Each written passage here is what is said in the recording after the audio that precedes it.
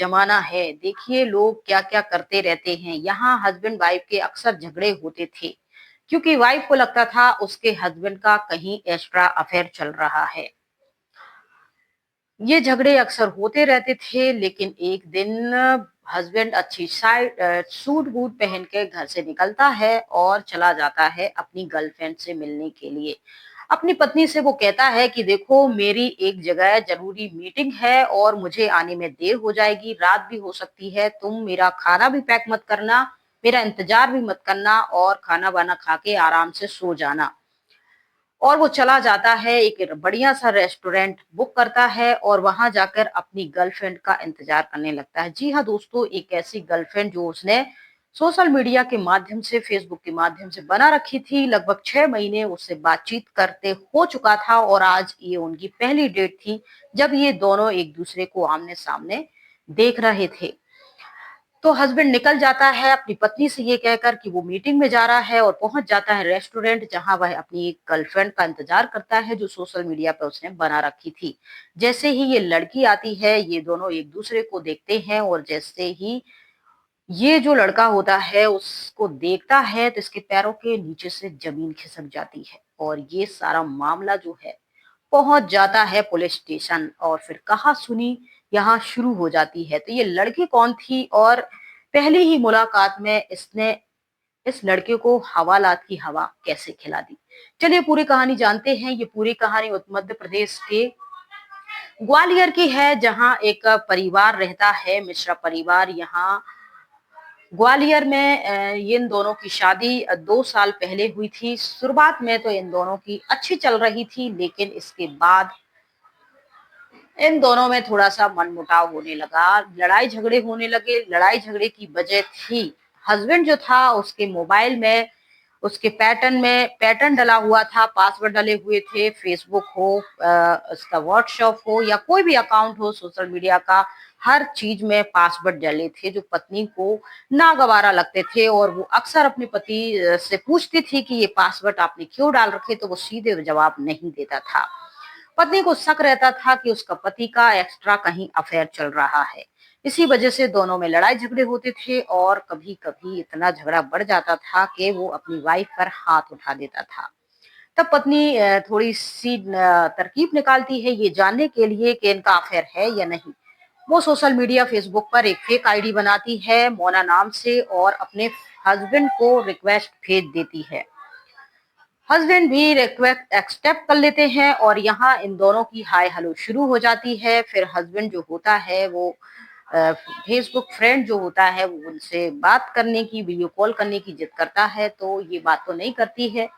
इनकी ये जो पत्नी होती है मायके जाती है और अपनी बहन के माध्यम से बहन से कहती है कि आवाज बदल के तुम बात करो, तो वो बात करते हैं, बहन को भी इस प्लान में शामिल कर लेती है और अक्सर ये इनकी बातें होने लगी। व्हाट नंबर भी एक्सचेंज हो गए हैं, व्हाट्सएप पर भी ये बहन के नाम से ही एक नया सिम कार्ड खरीद लेती है जो वो फेसबुक बॉयफ्रेंड को दे देती है। अब यहाँ बातें होते होते लगभग 6 महीने बीत चुके थे और ये वीडियो कॉल की जिद करते थे, लेकिन वो कहती थी कि कभी फेस टू फेस मिलेंगे, टाल देती थी। इसी तरह इन लोगों ने ग्वालियर के ही एक महंगे रेस्टोरेंट में मिलने का प्लान बनाते हैं और फिर हस्बैंड कहता है कि अपनी वाइफ से कि देखिए मेरी मीटिंग है और मैं जा रहा हूँ मीटिंग में। वहाँ मीटिंग के बाद हम सबका खाना भी है, तो हमें खाना भी नहीं ले जाना टिफिन और मुझे आने में रात भी हो सकती है, तो तुम खाना खा के सो जाना।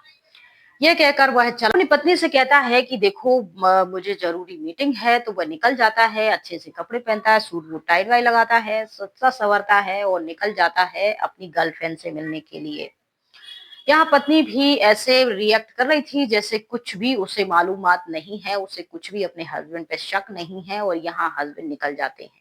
ग्वालियर का एक महंगा सा रेस्टोरेंट बुक करते हैं और वहां बैठकर एक कोने में अपनी गर्लफ्रेंड का इंतजार करते हैं जो उनको मिली थी सोशल मीडिया फेसबुक पर और अब वो फेस टू फेस कई दिनों के बाद उनसे मिलने आ रही है।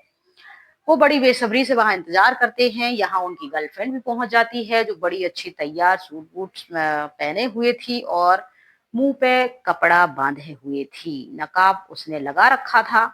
तब ये जो हस्बैंड होते, ये जो उनके बॉयफ्रेंड होते हैं सोशल मीडिया वाले, वो उनसे कहते हैं कि तुम मुझसे मिलने आई हो, आज हम फेस टू फेस एक दूसरे को देखेंगे, तो जरा ये नकाब तो उतारिए। और जैसे ही वो नकाब उतारते हैं, उनके पैरों के नीचे से जमीन खिसक जाती है। दरअसल इस नकाब के अंदर होती है उनकी खुद की पत्नी, जो फेक अकाउंट के माध्यम से उनसे जुड़ी थी लगभग 6 महीने पहले।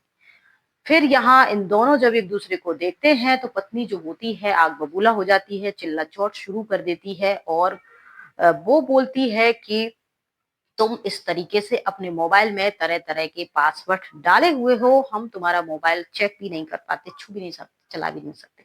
हमको पहले से ही शक था कि तुम्हारा बाहर कहीं अफेयर चल रहा है, और इसीलिए तुम 6 महीने से जिस लड़की से जिसको गर्लफ्रेंड बना के बातचीत कर रहे हो, दरअसल वो मेरी ही फेक आईडी थी, और मैं तुम्हें रंगे हाथों पकड़ना चाहती थी, इसीलिए मैंने ये सारा प्लान बनाया है, अब तुम जाओगे जेल।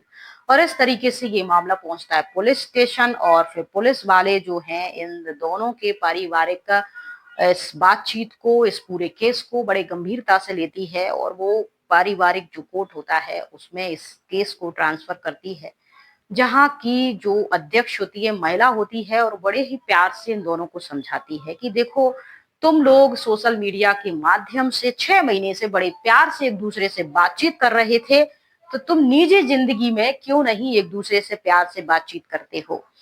अब जब हस्बैंड से पूछा गया कि तुम अपने इस मोबाइल में तरह तरह के पासवर्ड पैटर्न क्यों डाल के रखे हो, अपनी पत्नी से तुम ये सारी चीजें क्यों छुपाते हो, तब उन्होंने तरह तरह के एक्सक्यूज दिए। उनकी जो भी प्रॉब्लम रही होगी, जो भी चीजें उसमें रही होगी, या वो अपनी पत्नी को इस लायक नहीं समझते होंगे कि उनका जो भी ट्रांजेक्शन है, जो भी मीटिंग्स हैं, जो भी कुछ इसमें डाटा है, वो उसको सुरक्षित चेक करेगी या डिलीट कर देगी या कुछ भी वायरस कर देगी, तो उनने जो भी एक्सक्यूज वहां दिए होंगे।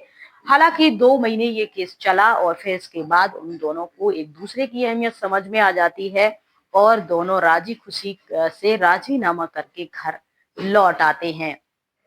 तो देखिए कैसे कैसे तरकीब यहाँ निकाल लेते हैं, और दोनों ही इन जो लव स्टोरी है, हस्बैंड वाइफ की कहो या फिर सोशल मीडिया के लवर की कहो, इन दोनों की स्टोरी का हैप्पी एंडिंग हो जाता है, और ये दोनों अपनी जिंदगी में, अपनी घर गृहस्थी में वापस आ जाते हैं, एक दूसरे की गलतियों को माफ करते हुए, और फिर से अपने नए जीवन की शुरुआत शुरू कर देते हैं। तो आपको ये रियल स्टोरी कैसी लगी, और इस तरीके की और स्टोरी अगर आप जानना चाहते हैं तो बताइएगा, कहाँ से आप ये स्टोरी सुनते हैं, कमेंट में बताइएगा कि आपका नाम क्या है और कहाँ से आप ये स्टोरी सुन रहे हैं। अच्छा, ध्यान रखिए अपना और अपनों का।